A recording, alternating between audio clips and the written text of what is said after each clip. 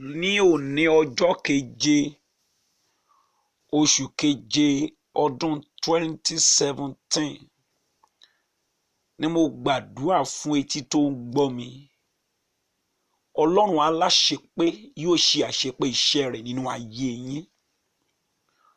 Ohun rere tí Olúwa ti bẹ̀rẹ̀ ṣùgbọ́n tí ìdádúró wà níbẹ̀. Ohun rere gbogbo tí ẹ ti ń gba Ọlọ́run gbọ́ fún ṣùgbọ́n tí kò tí ì wọlé. A rán mi ní òní ọjọ́ keje oṣù keje láti pàṣẹ sáyé yín pé ohun náà tí ẹ ń gba Ọlọ́run gbọ́ fún máa wọlé. Ìyanu yẹn máa dé. Ìrànlọ́wọ́ yẹn máa fọ̀hún. Ìṣẹ̀dá yín á dẹ̀ ráàánú gbà. Ògo lórúkọ Olúwa Ọlọ́run Ísírẹ́lì nílé Olúwa yìí ní àfẹ̀mọ́jú yìí. Mo sọ àsọtẹ́lẹ̀ pé ẹ lọ gba ire. Ẹ tẹ́wọ́ yín níbi tẹ́ ẹ ti ń gbọ́ mi. Áńgẹ́lì tó ń pinre kó fìrè lé yín lọ́wọ́. Áńgẹ́lì tó ń pinre kó fìrè lé yín lọ́wọ́. Áńgẹ́lì tó ń pín ayọ̀ kó fi ayọ̀ lé yín lọ́wọ́. Áńgẹ́lì tó ń pín ìrànlọ́wọ́ kó fi ìrànlọ́wọ́ lé yín lọ́wọ́. Mo ń jíṣẹ́ fún obìnrin yìí, bẹ́ẹ̀ ni mo ń jíṣẹ́ fún ọkùnrin yìí. Lẹ́yìn àdúrà mi àárọ̀ yìí, ayé máa rí ògo lára yín. Kò ní sí àmúbọ́, àṣetì, àṣedànù àti ìjákulẹ̀ mọ́ láyé yín. Níbikíbi tí ẹ bá ti láǹfààní láti máa gbóhùn Olúwa lẹ́nu mi ni mo sọ pé kò ní sí àṣetì, kò ní sí àṣedànù, kò ní sí àmúbọ́, kò ní sí ìsọdahoro, kò ní sí òfò, kò ní sí àdánù, kò ní sí ìrẹ̀dànù ni Olúwa wí sáyé yín láti ẹnu mi. Ẹ ò ní fojú sọkún nǹkan ayọ̀ yín. Ẹ ò ní fi ọwọ́ yín gbé ọmọ gbìn láyé. Wọ́n ní kí n sọ fẹ́nìkan pé o ò ní kó sí kòtò ayé. Kòtò tí ayé mọ̀ọ́mọ̀ gbẹ́ torí tiẹ̀. Kòtò tí a gbẹ́ torí àwọn èèyàn ẹ. O ò ní kó sí l'Olúwa wí. Mo jíṣẹ́ Olúwa fún màmá tó ń gbọ́ mi. Mo ń jíṣẹ́ Olúwa fún bàbá tó ń gbọ́ mi. Lẹ́yìn àdúrà yìí, agbádá aṣọ ògo agbéwọ̀ ìwọ náà lọ́rùn. Ó sì dá ohun rere ṣe láyé l'Olúwa wí látẹnu mi. Ìgbà máa yí padà sí dáadáa fún yín. Ìgbà máa rọ̀ yín lọ́rùn sí. Ẹ dẹ̀ lọ dá ohun rere ṣe. Ìlú ilẹ̀wà tàbí òkè òkun. Mò ń sọ pé Ọlọ́run yóò fi àyè gbà yín sí.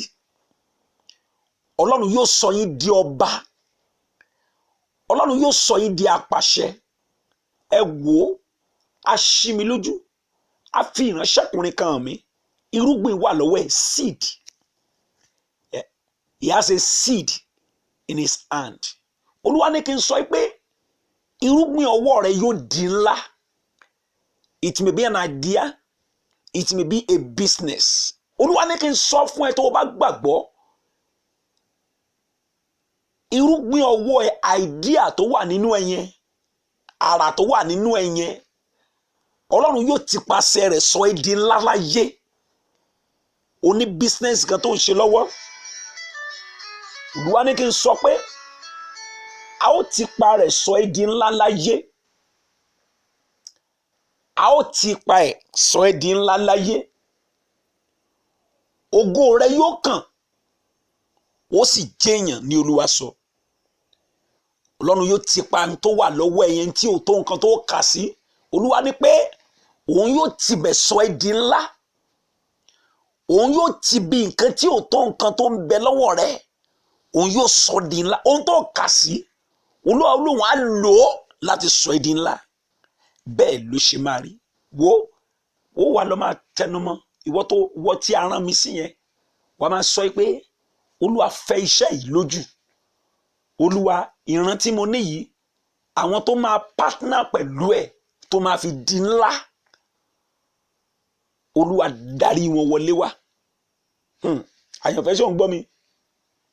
Gbàdúrà yẹn, ẹ̀rí yóò ti bẹ̀. Ẹ wo lónìí èmi pẹ̀lú àwọn ikọ̀ Ọlọ́run méje a ó kóra jọ pọ̀ nínú iṣẹ́ ìránṣẹ́ wa láti sọtẹ́lẹ̀ sí ayé àwọn ènìyàn láàrin wákàtí méje.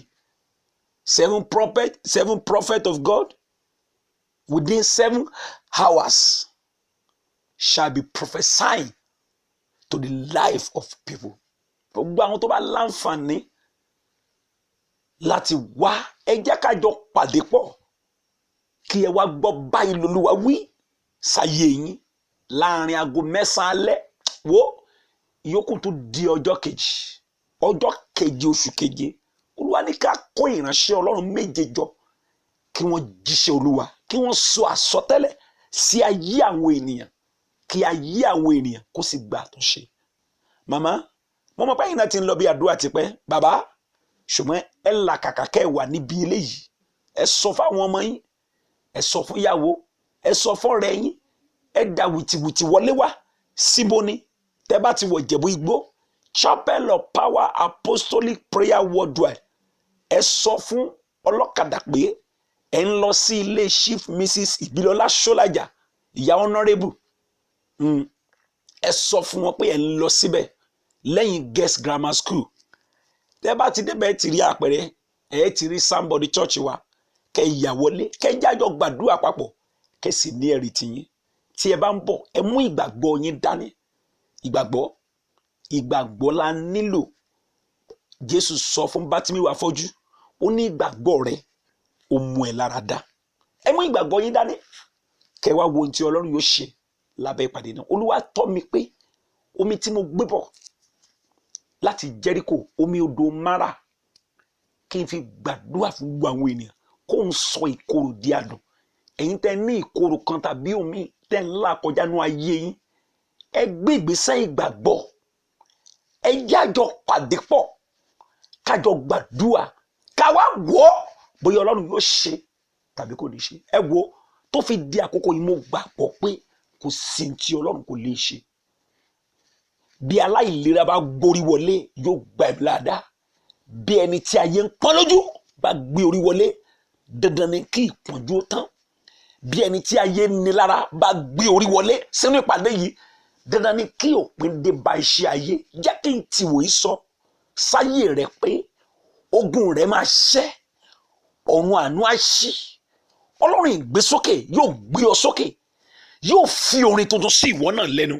Ó dẹ̀ jẹ́rìí ságbá Ọlọ́run. Wo orúkọ mi ò yí padà, Pastor Praise ó Bámiṣayé náà ní lórí nọ́mbà yẹn 08055951129. Mo gbàgbọ́ pé àlá rere rẹ yóò padà ṣẹ. Má wá gbàgbé àwọn ìṣẹ̀lẹ̀ gbogbo ń fi hàn pé òpin ayé ti dé. Gba Jésù sínú ayé rẹ gẹ́gẹ́ bí Olúwa àti olùgbàlà rẹ lónìí kí ọ̀la ó tó pẹ́ jù.